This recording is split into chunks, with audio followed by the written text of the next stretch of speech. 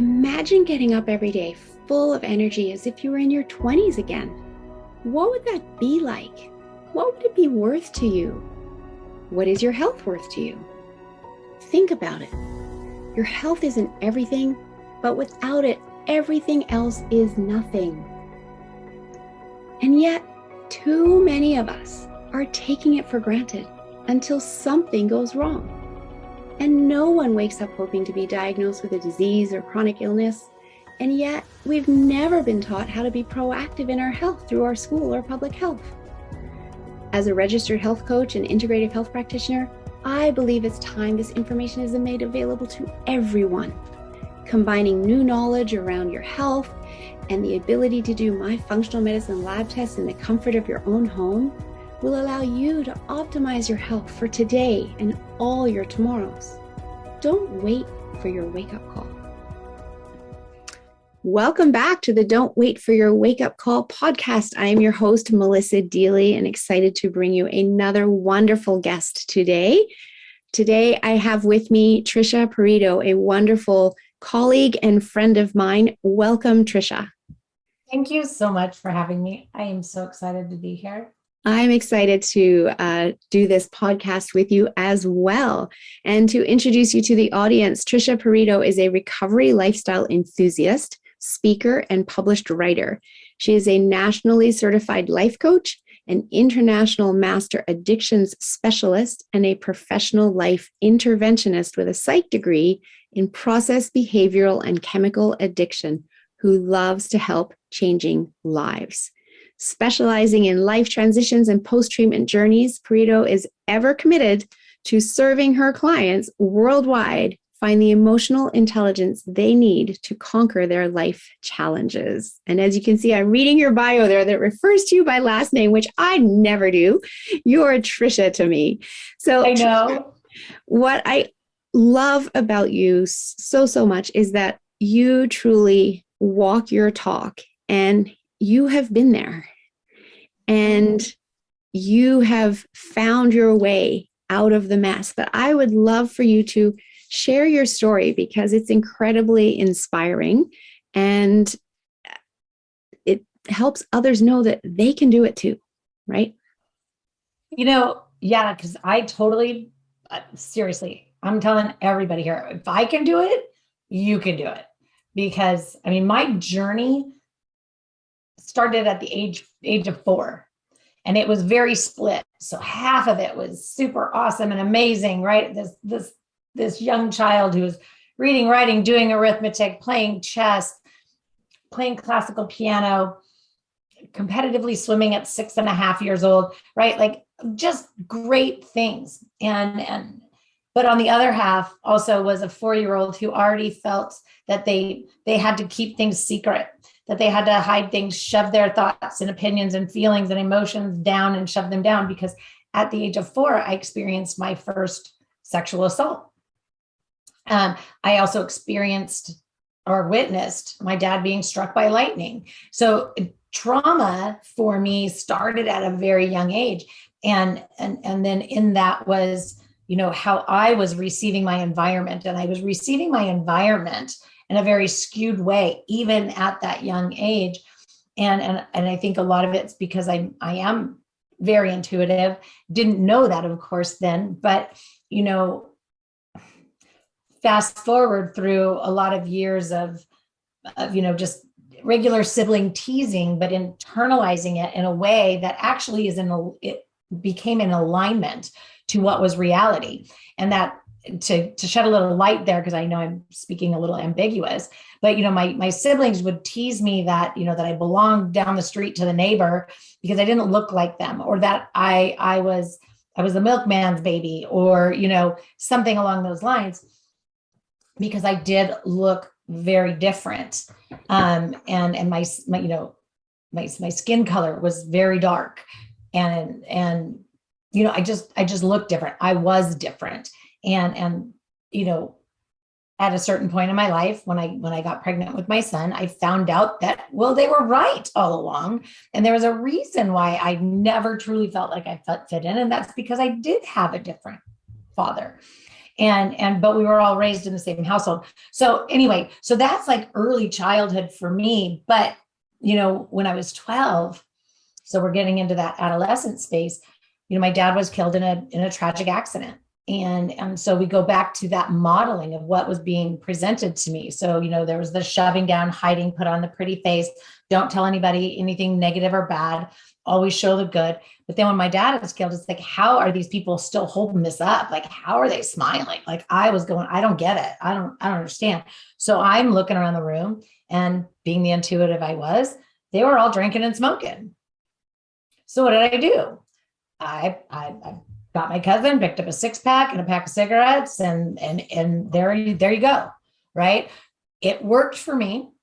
And so it became my go-to, just like the popsicles or the lollipops you get when you fall down and scrape your knee or have to get a shot at the doctor or whatever. The beer became that thing I relied on in times of discomfort. You feel better. Right. Right. And then you put yourself into, this adolescent space. And I experienced, additional sexual assault. I was actually raped when I was just about 13 years old. And then I was stalked by that person, and then trying to fit in and trying to make sense of all of that. Alcohol became even more of a reliable avenue to allow me to even feel comfortable in groups of teens, these teenage people that I was now surrounded with in various ages. And so anyway, and all in all, I moved through 5 sexual assaults in my life. I also was in a relationship with a lot of severe domestic violence. So between 4 and 25, I really weighed heavily on my ability to be a control freak, perfectionism. So anorexia was a big part of my life, as was drinking and avoiding, right? Like always trying to be good enough. So there was a lot of reliance on praise from other people. And when it wasn't coming, like it was really devastating, because I got a lot of it as a child, small child, but that went away as I got older, and I just never could get it back. Anyway, so I worked really hard on holding on to my addictions for a long time.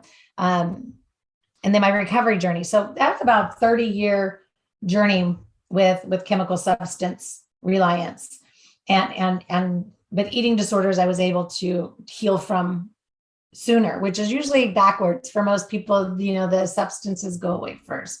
But, when I met my spouse, I was able to find unconditional positive regard and allow myself to experience that. But I kept the alcohol, and life was great. Life was wonderful. So my 25-year recovery journey was about healing those traumas and the eating disorders and lots of other things. Fast forward, I'm going to tell you guys, empty nest is a real thing. So my husband and I have 5 children, and our girls really gave us a run for our money. So in our oldest daughter's high school years, she contracted leukemia. So she had AML leukemia. So there was a lot of connective and family banding together to, really get through it positively. And then the younger one, she got sick. She got E. coli and ended up having hemolytic uremic syndrome and had to go on kidney dialysis. Right. So I was always on guard. And so my only release for that emotional space, because mom raised me, buck up, like pull up, pull yourself up by your bootstraps and keep going. Like, don't ever crumble. And so I didn't. But I did, in those quiet moments, still rely very heavily on that calming of the alcohol, because I didn't know anything else. I learned it at 12. I didn't know anything else. I was never taught effective coping skills. There was no emotion regulation or distress tolerance taught in my home, and it certainly wasn't coming at school. So when the kids started moving out, which most of them were gone all at once, the empty nest is a real thing. And so you cover that, add that empty nest with having had a full hysterectomy at 29 and not being able to do hormone replacement and really just being in this odd transitional space. I developed generalized anxiety disorder. And my medical provider, who knew I was a daily drinker, she was a good friend. She caught everything that was, wrong with our daughters. But anyway, she prescribed Xanax, knowing I was a daily drinker for my anxiety, which seems harmless enough, but it's not. It's really dangerous. And then it was prescribed to me over the course of 5 years. And so slowly but surely over those 5 years, what happened was I formulated a physiological addiction to both, and they are actually synergistic, right? Like they exacerbate each other. So, you get to the end where I decided, gosh, enough is enough. My body, I can feel it, my liver. I can feel my liver working at night. I can feel all 4 chambers of my heart beating. This is not good. Like, I don't want to go out like my grandmother did with cirrhosis of the liver. So I checked myself in because I knew detox from alcohol, I didn't know detox from benzos was dangerous, but I sure learned that real quick. But I knew I needed to be monitored because my blood pressure was off, everything else. So I went to, I researched, I found a program that spoke my language. And I'm going to tell you a story of somebody that goes into detox and treatment in a way that nobody ever does, because I showed up sober. I planned it. I spent 2 months getting to know the staff and the programs that I knew what to expect. And it was all planned out and, very much true Trisha style, right? It had to be perfect from start to finish, and it had to go in the very time frame. And if anything was going to happen, I was going to overachieve, not underachieve. So I accomplished my 7 to 10 day detox in 3 days. Those kinds of things. And then it was great. It was wonderful for what I needed in that space. But then I went home, and the discharge plan was AA and weekly therapy.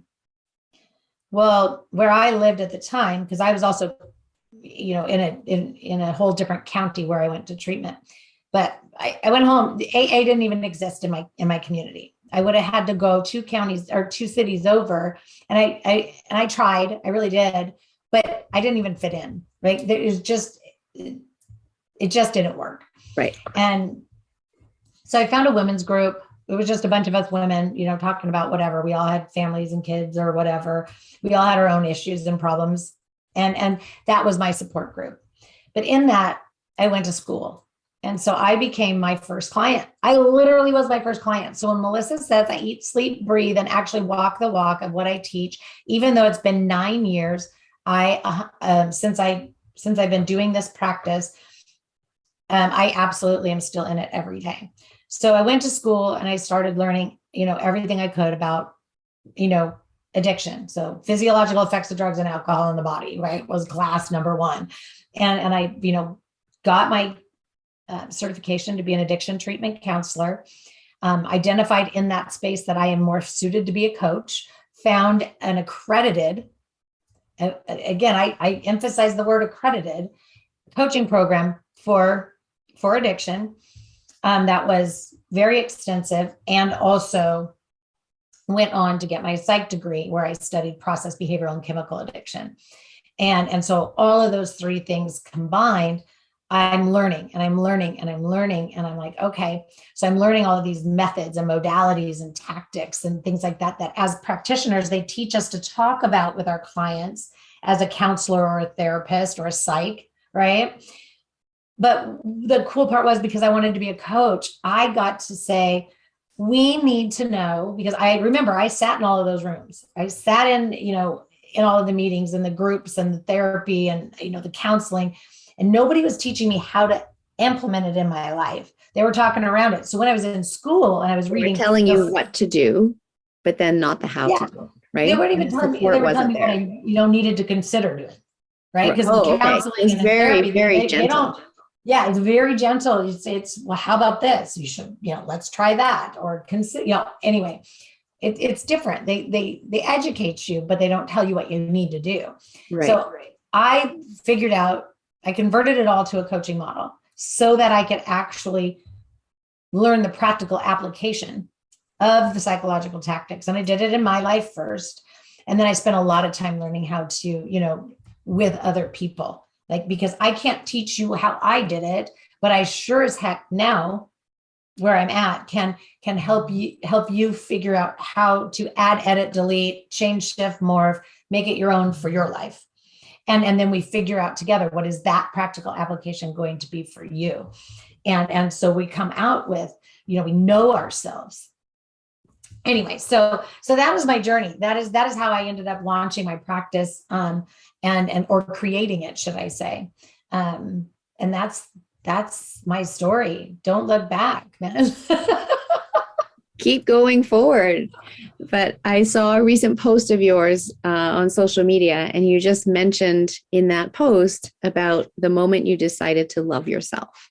Mm. So talk to me about that moment. Oh, wow. I'm not even sure if it was a moment. I don't even know if it was. Or maybe it was that phase. It was in that because even though I was loving myself for the mother I was, for the wife that I was, right? I wasn't loving me. I didn't live for myself first. I lived for everybody else first. And it was all seated in, how much I could do for others. And I was always that one that would drop everything and go take care of it. And I was always the hero. And so, it wasn't that so in my recovery education journey, I really started to figure out that a lot of that internal dialogue that was about me, right? Mm-hmm. I felt like my thoughts, my feelings, my emotions, my opinions, my beliefs, my needs, my wants, my dreams, my desires weren't seen as being valid or holding any value. I felt very dismissed in my life, even though I was working real hard to be the hero all the time. Then, as I'm healing on my, in my own recovery, I'm learning that my family doesn't think that. I think that. I think those things about me. And so that's when I dove in even deeper. How can I restructure these things? And it became important to me as soon as I realized that it was all just about how I was allowing myself to experience my environment, the people in it, how I was allowing myself to see and experience myself. And I can liken this to anybody that may know what this is like, but body dysmorphia is it's a difficult thing. And I lived with it for a long time. And now I know how to navigate it. But when you don't see yourself or don't allow yourself to see yourself in the way that others do, or even better, the way that you want to see you and the way that you want to see you experiencing living, then other people aren't going to be able to receive you the way you want to be received. And so that's when it started, was when I realized that I was putting my negative beliefs that I don't know from childhood. Remember, I said back in childhood, it was the way I received my siblings' innocent siblingness, right? Like I can see them today and we're all well over our 50s, right? We're 50s, 60s. And they never at any time really felt like they were doing anything, traumatizing to me, but they were, but that was on me. I blamed them for so many years and it was all on me.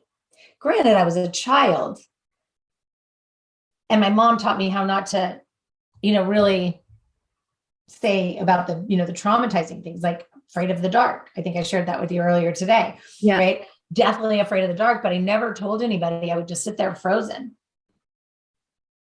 in my room and just sit there. Like, I don't know, the whole night, because I didn't want anybody to know that I had this thing wrong with me, whatever. Right. So the moment that I realized that it was on me was the moment that changed my life. When the day that I realized that I'm the one that thinks all of these things about me. Other people may as well, but that's on them. Right. I can't control how other people perceive me, but I can change how I perceive myself, which is going to up my chances of being received and perceived by others closer to the light in which I wish to be seen. Did that answer your question? Absolutely. And that is so powerful. It is so, so powerful because I've recently done podcasts. The January 2022 podcasts were all about slowing down and getting more done. But in that, we were talking about our beliefs and the 70,000 thoughts we have inside our head. And in fact, my December 2021 podcast, we're touching on this as well, because it's such an important point, right? And when we get to that point where we realize that a lot of the dialogue that we have in our head is simply not true. It is not based in fact. Right? The stories in our head. Exactly. Based on beliefs and experiences, etc. But it doesn't mean it's true, and it doesn't mean it's fact. And when we understand that, we can then realize, okay, I can rewrite them exactly as you did. And when you rewrite them, then you can show up in the world as who you want to be. And then others can receive you that way. Yeah. And that's how I love that you're talking about that, the beliefs, right? I have an exercise that is just so transformational. But, those in going through my I believe exercise is how I came up with my life's motto that I just adore. I adore. And that is, this is my life too. It gets to look, feel, be however I want it to. I get to choose. I love that. And so when I have that motto, what it also has done is it's allowed me to offer it to every other being on the planet, because who would I be to think that only applies to me? Right. And so this allows me to stay out of the stance of a judger. Mm-hmm. This allows me to stay in a space of a learner. Mm-hmm. And curiosity. Somebody that is open to receiving, mm-hmm. to learning, to gaining, to expanding. Yeah. I absolutely love that. And on this podcast, my audience has heard me say many times before to turn your judgment into curiosity. Don't judge yourself. Get curious as to why you're feeling what you're feeling, whether it's emotional pain or physical pain, etc., because then we get to an understanding and then we can choose to do something about it. But I absolutely love your life's motto. So I want you to say it one more time, because that was really powerful. Say it one more time, nice and slow, because I bet the audience would love to hear it again too. I talk so fast. And just before you do that, I want to link it to the fact that the theme of the March podcast is all about power within. So share your motto again, please. This is my life too. It gets to look, feel, be however I want to. I get to choose. I love it. And when we know that internally and we make that decision, there's so much that we can then create for ourselves on that path that we want to go. Whether that's in building a business, whether it's in going back to school to completely change up what you're doing in life, whether that's even allowing your body to heal, right? Because even that comes back to the place of belief that you first have to believe you can heal before that's even going to happen. And you get to choose.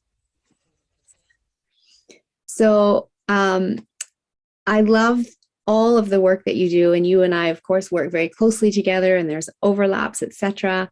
And I want you to share about, it leads from that motto, but everyone has the power to experience living the way they desire.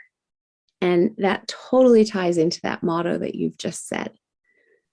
But just dig into that a little bit deeper, because sometimes people feel like they're stuck and they don't have any choices. And what would you say to that? Oh, I deal with this day in and day out, right? With the clients, because it's, they generally come to me, with something they want to remove from their life, whether it's alcohol, sugar, whatever, right? And so what they have to realize, or what they get to realize at some point, is that that's just the surface level, that there's a reason that they have given it an emotional purpose. They've given it a job to do in their life, and we have to figure out why. So I'm going to piggyback on you got to know the why. We have to ask ourselves why. Why do I want to, I don't know, give up alcohol? Why do I want to give up sugar? What is it? What distress is it causing me? Why do I feel like I need to give this up? And when we have that answer, we need to ask why again, because it's never that surface. I'll tell a little story. And I think this will help people because this is a good one.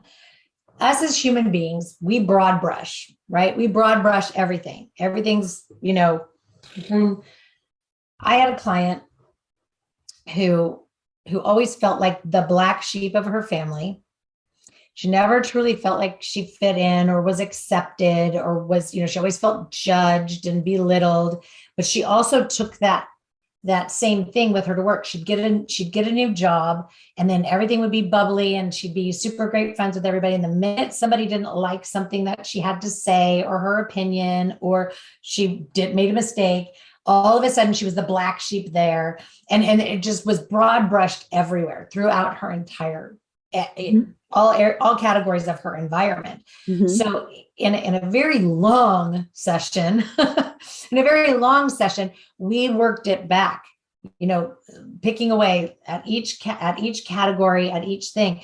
When we got to the end of it, it really only stemmed all of those feelings, all of that hurt, all of that pain, all of that not feeling accepted, of being judged, all of those things really only stemmed in her relationship with her sister.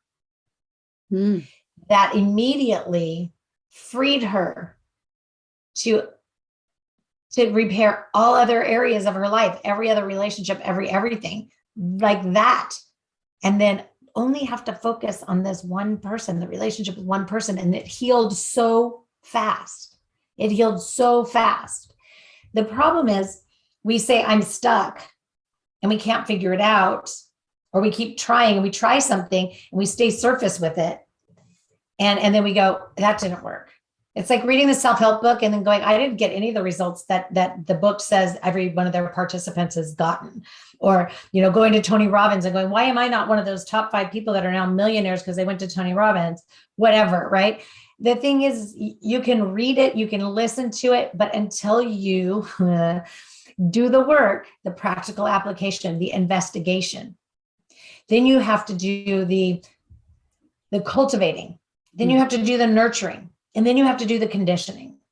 And until you're ready to do all of the levels and layers of what it takes to truly instigate change, you're either going to be all in and all out. Think of that diet that you go on twice a year, once a year, every quarter, every summer, whatever it is, right? Y'all know who I'm talking to, right? I got to go on this diet because I got to drop, 25 pounds.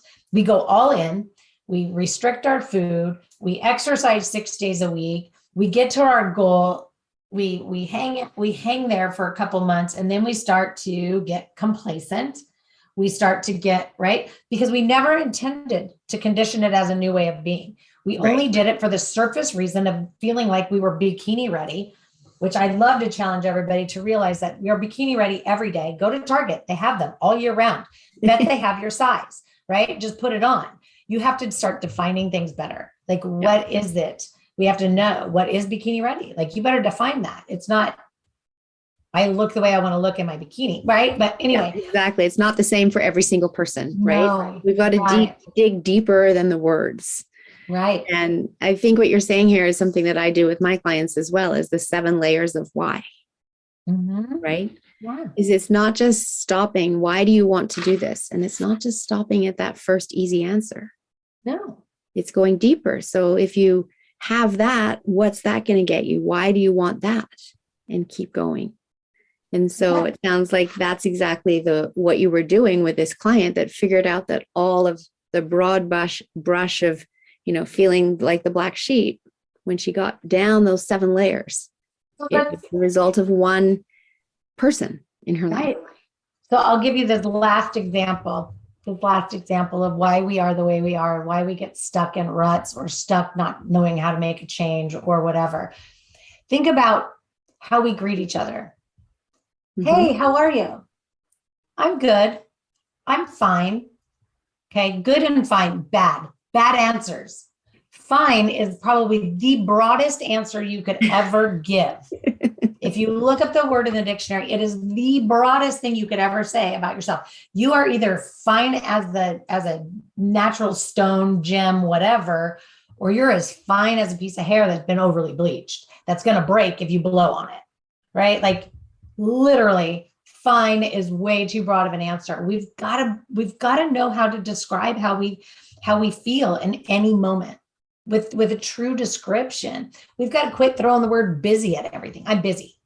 I challenge you to look up that word and then look up the similar words and not ask yourself, am I busy or am I involved and engaged in my life? Quit throwing busy out there like it's a badge of honor, because all it does is it gets in your head psychologically, screw you up, get you frazzled and blah, blah, blah, right? Let's find something better to say. I know I'll get all up in a sermon. So, but I absolutely agree with you. And the words that we use are so important, whether they're the words that we're using to talk to ourselves inside our head or the words that we're putting out there into the universe, into our community, into our family, and the messages that flow from there. So I also want to dive into emotional intelligence in this conversation, because that's another biggie. And it's something that I know you've said is not innate. And, so often as I've been on this journey for the last 7 years, I've thought, why wasn't I taught this in school? Right? There's so many things that I wish we could be teaching our kids in school to this day and, reforming our school system, and it's coming. But emotional intelligence is another one that I would love to see taught at school, but share with us on that topic. It would be lovely if emotional intelligence was taught at the school age level, for the very fact that I've already stated is these things take learning, they take nurturing, they take cultivating, they take conditioning. If we don't teach our children at a young age impulse control, their brains aren't even equipped for it, right? But innately they don't have it, because they don't have a frontal lobe. They're still in their old reptilian limbic system, right? They're very knee-jerk and reactive. So if we aren't teaching them effective self-soothing tactics, patience, things like that, then when are they going to learn that? When they're an adult, right? Think about all the instant gratification needs we have out there in the world. So we have to start with teaching everybody how to truly get to know themselves, right? I call it, a whole health survey, where we start to actually look at the 6 categories that actually create whole health and include intellect and, all the things. But teach us how to ask ourselves the hard questions so that we can learn how to uncover what we need to do going forward next. Teach us, again, impulse control. Teach us a different way of being assertive, because I venture to say that assertiveness has been skewed. Because assertiveness, people think I'm assertive. I'm blunt to the point. I'm assertive. I challenge you to look at assertiveness as something more of an open, honest, genuine, transparent, and authentic way of being. And so the words transparent mean I'm transparent always in all things that I do. And I'm genuine, I'm authentic, and I'm not there trying to pretend to be somebody I'm not, right? So if we're talking about our kids, if we're teaching them true assertiveness and we're teaching them to be open, honest, genuine, transparent, authentic, right? If we're teaching them those things, they won't be like me and sweeping things under the rug. Right. And they pushing won't it be down. trying to put on the perfect face or fit in with in all these little cliques. I mean, we'll still have them, but we're going to have a better chance. Then we need to have, distress tolerance. Again, distress tolerance. And there are so many things that fall under that. If they can't take bullying without getting distressed and ending up committing suicide, right? Kids are doing that today. We need to get on board. This is real. They are shooting each other. We need to get on board. Absolutely. They don't have distress tolerance. Clearly. At least when I was a kid, we used to just hit each other with our fists, right? Like, Right. there wasn't knives and guns and all the things. Anyway, so we have to teach distress tolerance, and we have to know how to do it. So parents, get some training, right? Yep. Like, learn it yourself so you can lead by the good example. Effective self-soothing. Again, I'm going to bring that back up. Effective self-soothing. It's not all external reward. We cannot rely on needing a bath. We cannot rely on needing meditation. We cannot rely on downward dog, because when we're driving our car, what are we left with? Our head. Yes. We got to learn how to do it in here and have the tools in here ready at any given moment. And that's going to also foster us to have the ability of emotional intelligence, or emotion regulation, which rounds out us having emotional intelligence and learning how to, live our lives. Because in that, I missed one, my favorite, your locus of control. Quit being so externally derailed. Be internally driven, be internally minded. Again, that goes with that assertiveness, right? And take ownership of how you want to experience living. This is your life. Yeah. And then you can say, this is how I want to experience my environment. And this is how I want to be received by other people. And then this is the example I'm going to lead by, but this is how we bring up our children and our grandchildren, so that they don't have to, we're just talking about mental health finally, and I'm in my 50s. So. Well, I absolutely love all of that. I hear over and over again that happiness comes from the inside, right? Not relying on those external sources for happiness. When I have this, I'll be happy, or when I have that, I'll be happy. And we know that isn't true. I can't remember the number. It's staggeringly high. I think it's something like 75% of people who go and have a plastic surgery done. And then they get to have their face look exactly the way they want it to look. And then they're still not happy. Right? Almost not. As that happiness comes from inside. And for too many years, we've also been taught, like you were taught, squash the emotion, squash the emotion, squash the emotion. So this conversation around emotional intelligence is so, so important now. And I love that that's such a big piece of the work that you do, because so many of us are getting to adulthood and we've never learned this. And we haven't been able to process our emotions, and we have been relying on external sources to make us happy. And that's where the addictions are coming in. So your work is so needed, particularly now, because the last 2 years have been hard on everyone in the world, right?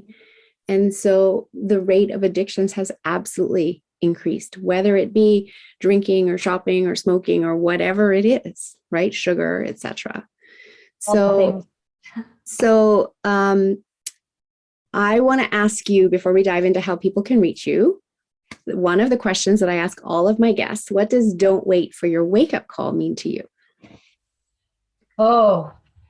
Learn how to hear what your body is telling you, because it's telling you what you need to know that it needs to have. Like, literally, if I would have started listening to my body a whole lot sooner, and this would be a whole new podcast, right? Like, this is a whole different episode. But if I had started to listen to my physical body sooner, I would have healed a lot sooner. Right. And I love that, because it's so in alignment with my work of teaching the exact same thing. How do we get along so well? Exactly. We work so well together. Exactly. And you and I have just recently worked together and continue to work together. And you've had some great results from experiencing my detox program. I tried to do my follow-up one a whole month early because I loved it so much. I'm glad I asked you first, because I still have a whole month to go. I got to wait for April. I was ready to go at the end of February. We don't want to do that too much, because then it's hard on the body. But I love how You were willing to step into it. You're still listening to your body every single day. You knew something was up with digestion, even though you have that nutritional background. It's not the main focus of the work that you do today.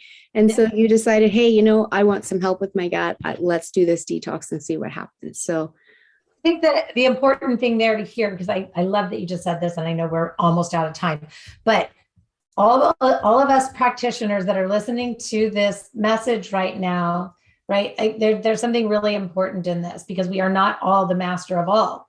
And so eating healthy and being, a nutrition coach for people in recovery, didn't make me a master at everything that comes with nutrition. I had a very healthy diet, but it was still not 100% serving me, because I still had things that were in the way, and I couldn't figure it out. And I just kept, taking foods away. But anyway, so we all need a coach in certain areas whenever we get stuck in something, when we get stuck somewhere. And it doesn't matter who you are or how educated you are. You can have, my mentor and I talk about it all the time. We could have a gazillion years of experience, but there's always something more for us to learn. And there are other people that know more about something than we do. And also when we're in it, it's hard to see for ourselves what is going on, right? And when you have someone coming in from the outside, they have more clarity of vision. And so, I still work with a naturopath, even though I can run the very same labs, and I run them for myself and I read them for myself, and I read all my labs for my clients. I still share my labs with my naturopath and book a session with her to get her feedback, because she's coming from the outside. And when you're looking at yourself, what have you missed, right? So I love that that you step into that and embrace that. So tell the audience how they can get hold of you. And also, I know that you are offering a very generous gift for the audience, so please share that as well. I can always be found on my website, which is Turning Leaves, LEAVES, recovery.com. And you'll also be able to find me if you just click on the link for the gift. But there's a race for that one, because there's only 3 available, so you have to hurry up. But or you can call me, send me a text message at 805-710-2513. Push pause, rewind, play it again, write it down, whatever you need to do. I'm very much an open book. That's how you find me.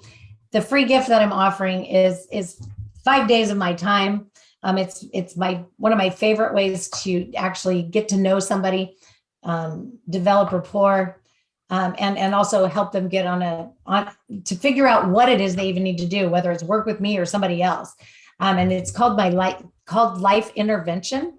So this is, again, we'll spend an hour and a half face-to-face time. We'll figure out how, but we will be doing a lot of communicating over the course of a 5-day period. And so there's a lot that goes into it. There'll be a lot of surveys, questionnaires, conversations, and time to meet one-on-one, but we'll definitely figure out some focal points for you. Anyway, the link's going to be in the show notes. Yeah. And I'll put all your contact information in the show notes as well. And I just want to let the audience know that your life intervention program is valued at $350. And that is some powerful work that you are going to be guiding people through. So if there's anybody listening, that if you know that you're in the mess, if you are trying to, or you're ready to start figuring that out with some assistance of a healer and expert like Trisha, jump on that, because there's only 3 available. So the first 3. If you're listening to this in 6 months and there isn't a free one left, you can still have it though. Yes. Just reach out. But 3 for free right now to the first 3 who sign up to work with Trisha. So thank you so much for offering that. I really appreciate it. And it's been wonderful having you on the show. And I would love for you to leave with the question that I ask every time. What is one tip you can give the audience to inspire them to take action in their own health journey today? I'm going to say, sit down and look at the different categories of your life and look at where you think you're stuck or where you think you're having an issue and break it down. What's it costing you? What's it benefiting you? Do a cost versus benefit analysis, pros versus cons, pros and cons, and actually get in there and do those whys. Do the 7 layers of why that Melissa was talking about. Ask yourself why, what is it, and how can I see myself moving past this? And if you can't answer the how, reach out and find somebody that can help you figure it out. And Trisha's a great place to start. So thank you again for coming on the show. I really appreciate your time. This is such an important conversation. And thank you for your bravery in your own journey. And then now for being willing to pay it forward and share that with the rest of the world. Thank you. And to my audience, thanks for joining me once again. And I look forward to having you come back next time. If you're enjoying my content and someone that wants to step into being proactive in your health and learning more, I would love to invite you to join my membership community. There's a link in the show notes. For only $19.99 a month, you get access to all of my content, and there's a lot, as well as weekly calls that you can come and get your health questions answered. It's truly priceless. I'd love to see you join the community. Check out the link in the show notes.